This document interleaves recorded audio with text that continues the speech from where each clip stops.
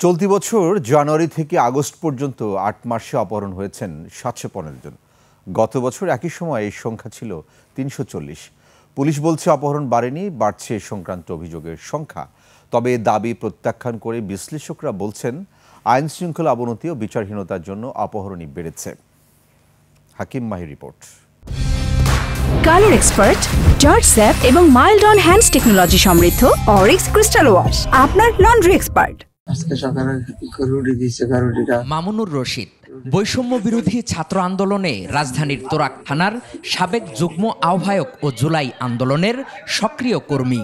গত ২২ সেপ্টেম্বর গাজীপুরের টঙ্গী থেকে অপহরণের ৫ দিন পর পূর্বাচলের একটি নির্জন এলাকা থেকে তাকে উদ্ধার করে তোরাক থানা পুলিশ। মামুনুর রশিদ জানান, অপরাধীদের বিচার না হলে আরও বাড়বে অপহরণ।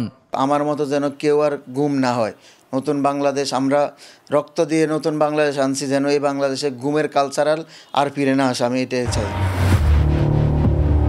এদিকে খুলনায় অপহরণের ৫.৫ ঘন্টা পর উদ্ধার করা হয়েছে খাদ্য পরিদর্শক সুশান্ত কুমার মজুমদারকে। গত ১৩ই জুলাই দিবাগত রাতে ৫.৫ ঘন্টা অপহৃত থাকার পর তাকে উদ্ধার করা হয়। আমাদের তো কাজ করতে হবে, এখন আমরা যাতে নির্ভয়ে কাজ করি, তাদের যেন দৃষ্টান্তমূলক শাস্তি হয়, এই দাবি আমি।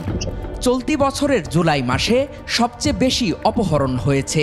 এ মাসে অপহরণের শিকার হন ১০৯ জন, আর গত ৮ মাসে গড়ে প্রতিদিন অপহৃত হয়েছেন ৩ জন।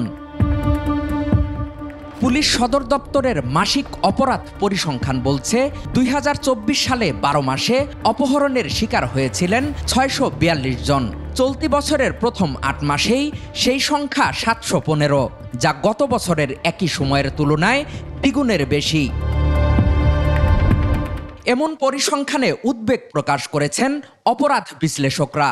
আইনশৃঙ্খলা বাহিনীর যে ব্যবস্থা গ্রহণের যে সময়টুকু লাগছে, কিংবা আইনশৃঙ্খলা বাহিনীর যে এখানে রেসপন্স করতে তাদের যে বিলম্ব হচ্ছে, এটাই কিন্তু অপহরণকারীদের শক্তি।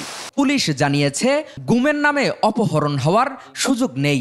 পরিবর্তিত পরিস্থিতিতে অপরাধ কিছুটা বেড়েছে। এখন এই অপহরণটা সামাজিক পরিস্থিতি যেরকম থাকে, আইন শৃঙ্খলা পরিস্থিতি বা মানুষের হয়তো বা এগুলো কতটা অপরাধের, যেমন যদি আপনি বলেন কোনো ক্ষেত্রে যদি আপনার মনে হয় যে অপরাধ বাড়ছে, এর একটা কারণ হয়তো বা সামাজিক কারণ থাকতে পারে, বেকারত্ব থাকতে পারে, অনেকগুলো ইস্যু আছে।